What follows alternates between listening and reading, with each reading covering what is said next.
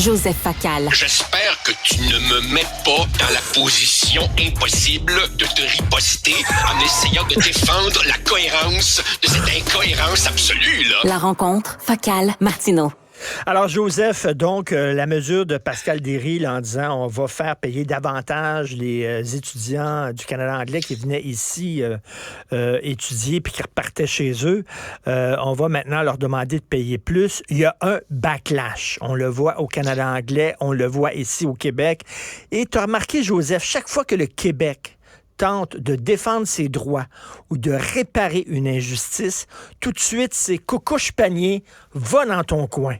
On veut rien savoir. Alors, on nous menaçait dans les années 70 de la fuite des capitaux, hein, avec le coup de la Brinks, la fuite des capitaux. Là, c'est la fuite des cerveaux qui nous menace à cause de ça.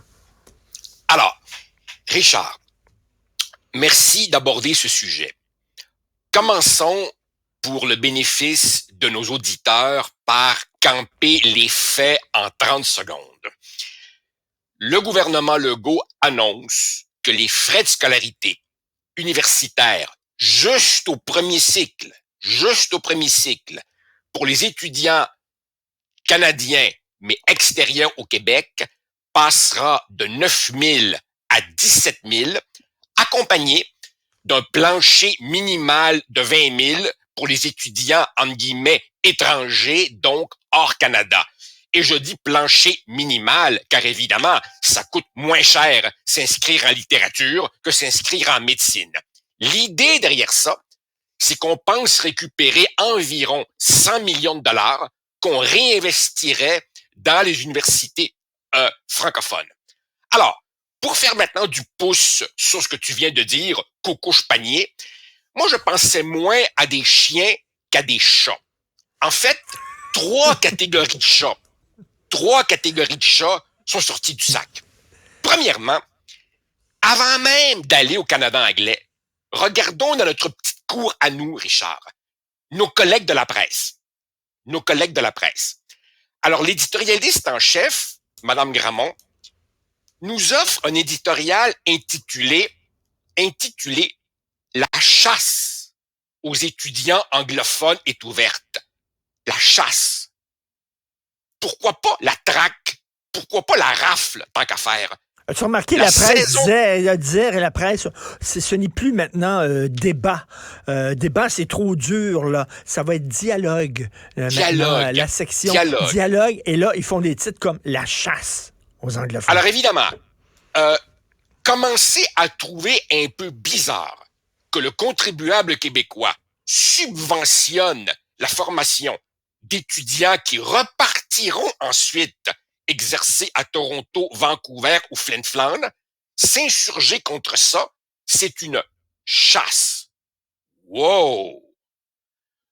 Dans le même éditorial, on associe cela à une pas très subtile théorie du complot en disant que, dans le fond, la CAQ fait ça pour faire oublier ses ratés sur le 3e lien et sa défaite dans Jean Talon.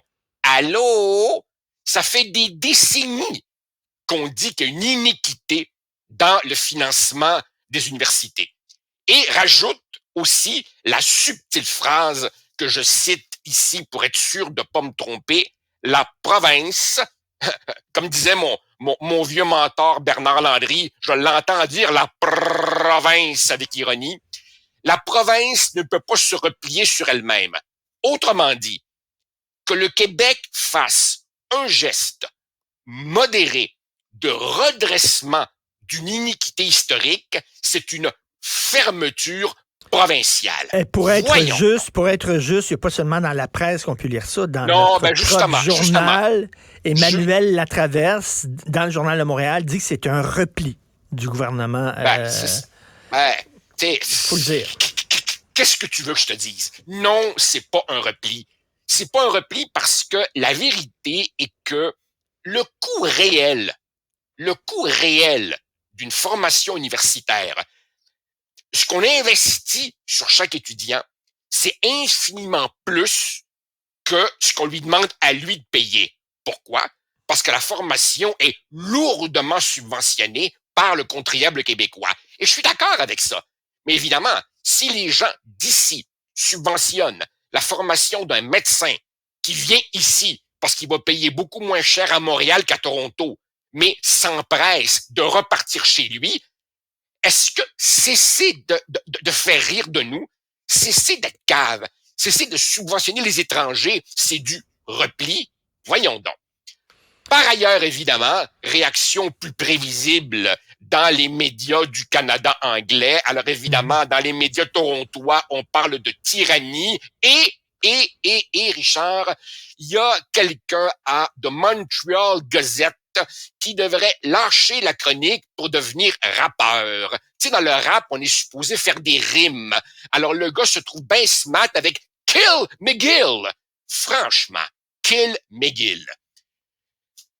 Évidemment, on ajoute que c'est punitif, destructeur, politique et paroissial. Et le troisième chat, ça fait combien d'heures, Richard? Combien d'heures? Je crois que ça fait même pas 24 heures que toi et moi, on parlait des efforts du Parti libéral du Québec pour essayer de se réimplanter dans ce Québec francophone qui lui tourne le dos. Eh ben, il a fallu quoi? 24 heures pour que le chat sorte du sac.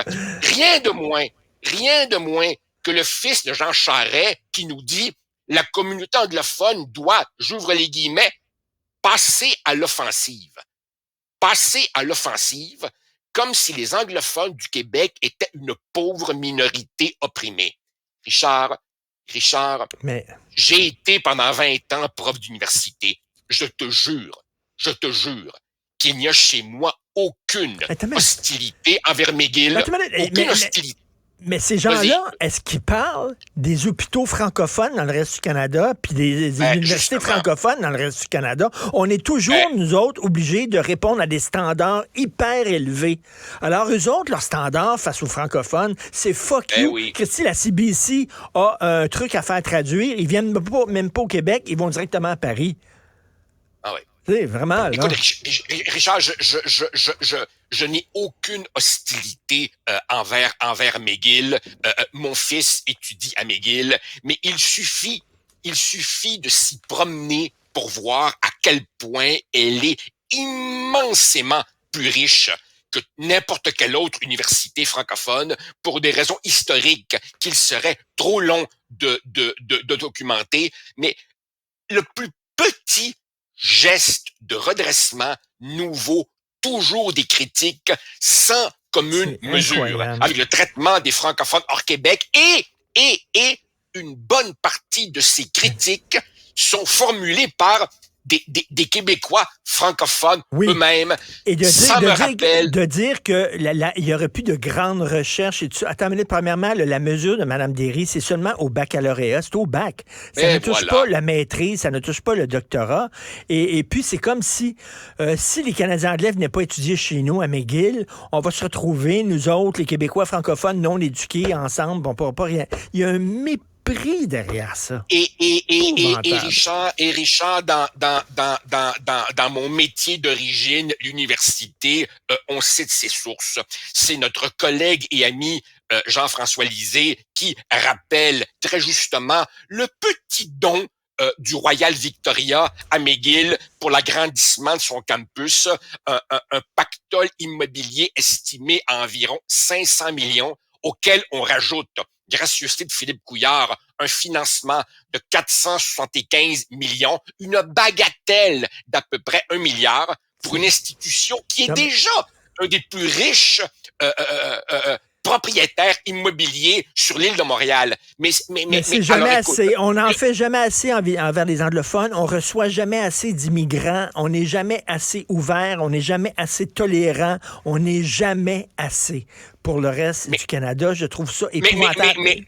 C'est épouvantable. Mais évidemment, tu comprends que François Legault sera très, très heureux de faire du judo avec ça et de dire, voyez, si vous aviez besoin d'une autre preuve que le Parti libéral du Québec est devenu essentiellement le parti des Anglais, la voilà. Avec évidemment l'aide complaisante d'une bonne partie de nos médias ici. Ça me rappelle, Richard, ce que disait le regretté Pierre Bourgault. Il disait qu'une frange à appréciable de notre peuple est tellement habituée à recevoir des coups de pied au cul qu'elle aime ça s'en donner lui-même. Hein? Il lui faut sa ration quotidienne de coups de pied au cul. Elvis Gratton is alive and well in Québec. And kicking, on pourrait dire. And kicking, alive and kicking. Alive and kicking. Merci beaucoup, Joseph. Merci.